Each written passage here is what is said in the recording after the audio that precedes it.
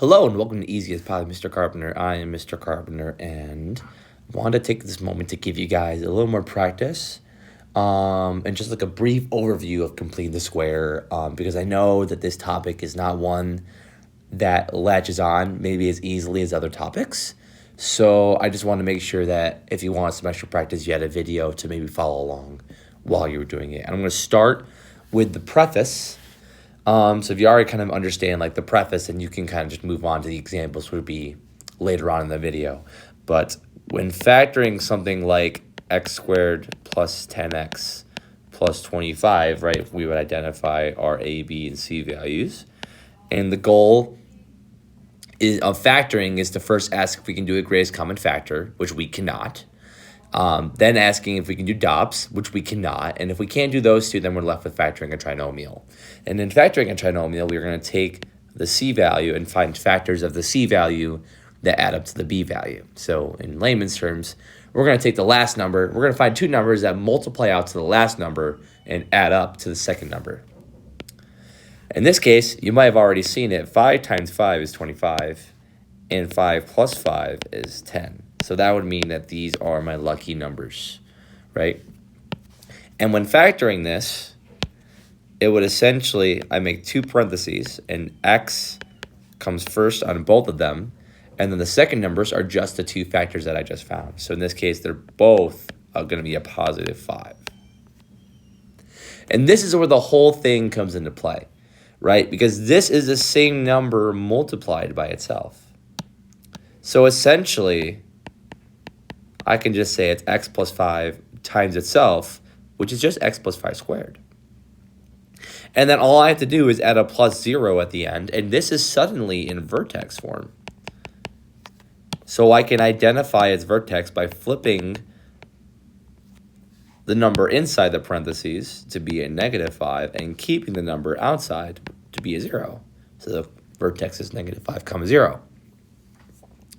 And the great thing about this is you can kind of sidestep this whole factoring process by just recognizing that if you have a perfect square trinomial, it'll factor out to just cutting the b value in half. So if the b value is 10, then it will be half of that is positive 5, so it'll be x plus 5. I encase that parentheses and I square it. So now that preface is over with, let's take a look at some examples. I'll do one example where we're just completing the square to find a vertex. And then I'll do one example where we're completing the square to solve an equation. So let's do plus 6x minus 10. There we go. And you'll notice that this doesn't factor nicely. Even if it did factor nicely, if the goal is to find a vertex and we don't want it in intercept form, we would rather have it in vertex form. But this also isn't a perfect square trinomial, right? So even if this did factor, I would want the factors to be the same as they were before. So what I need to do is recognize that I have to turn this into a perfect square trinomial. And how do I do that? I do that by finding the magic number. And the magic number formula is just going to stay over here in the corner for the duration of the video. I take the b value, I cut it in half, and then I square that number. And that will give me my magic number. So in this case, the b value, that is a, b, and c. So the b value is 6. So we got 6 over 2 squared, which is 3 squared, which is 3 times 3, which is 9. And that would mean that 9 is my magic number. What do I do with this magic number? Well, if I add it right after the b value, as in right here, you'll notice that what I have here is in fact a perfect square trinomial. It will be every single time because the magic number is just that awesome. But I can't just add 9 to an expression, right? Because then it's not the same expression anymore. So I have to counteract this, right? If there was an equation, I could just add 9 to both sides, which we'll see later. But this is not an equation, so I have to do a different strategy. I have to add 9, and then I also have to take away 9. So in essence, I'm adding 0. And then that carry over that negative 10 because that didn't go away, right? So the one thing that I changed was this right here. So I added 9 and then I took away 9. So I didn't change the problem, but I still did something important because I made this perfect square trinomial. So that will factor to take this b value, cut it in half. So half of 6 is 3. So this would be x plus 3 squared. And then negative 9 minus 10 is negative 19. Then I can identify my vertex by flipping and keeping. So it's negative 3, negative 19. So what does this look like when you want to solve an equation? And I think this is where I lost a lot of people. So here's an example of that as well. So let's do x squared plus 6x equals negative 5. There we go. So what tells me that I'm going to want to do completing the square, right? One thing is when we complete the square to solve an equation, we naturally want our c value on the right-hand side of the equation. So when it's already there, it's kind of doing an extra step for us, right? Completing the square, we want the c value on the right-hand side. So a first step for us might have to be, like, for example, if it was plus 5 equals 0, right? Because that's what we do when we solve equations. Then we'd have to subtract 5 from both sides first to get it over there. So if it's already over there, right, then we kind of have some work cut out for us. The other thing to look for is it factorable, right? And in this case, this problem is factorable. I know it's factorable. But if it wasn't factorable, then we have to think about, okay, well, what strategies do we have where we can solve it and don't have to factor? Okay, and completing the square is one of them. So my b value is 6.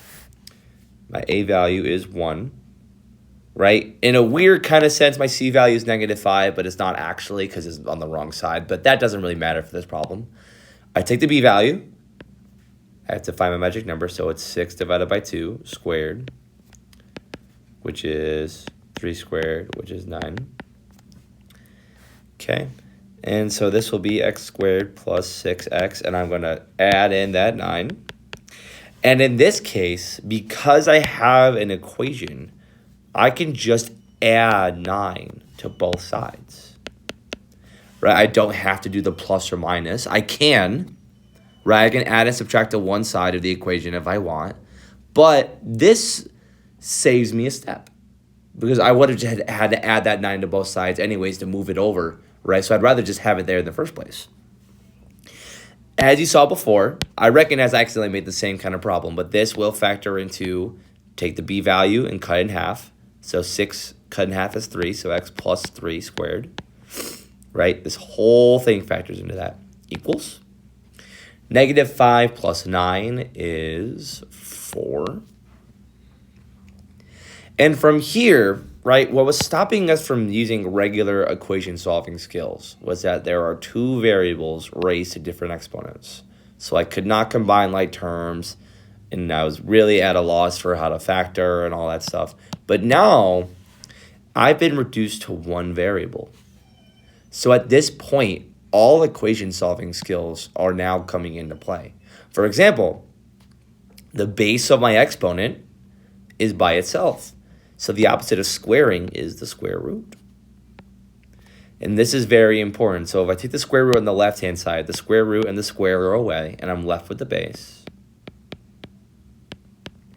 The square root of 4 is not only 2, and this is important, but it is also negative 2. Because when I take the square root of 4, what I'm asking is what number, when multiplied by itself, will give me 4, right? Well, 2 times 2 is 4, for sure. But also, negative 2 times negative 2 is also 4. So there's going to be 2 answers here. So I have to make 2 equations at this point. X plus 3 equals 2, in which case I would just take away 3 from both sides. And x is negative 1. Or x plus 3 is negative 2, where I would still take away, and x is negative 5. And those are my 2 solutions. And remember, this is just one of many strategies that we have for solving quadratics, right? So we're going to have graphing, we're going to have factoring, And we're going to have the quadratic formula, which is kind of a catch-all tray for us. So even if completing the square isn't your strong suit, as long as you have a general grasp of it, you should be okay for this unit. But with that, that's all I have. Thank you very much for watching, and see you next time.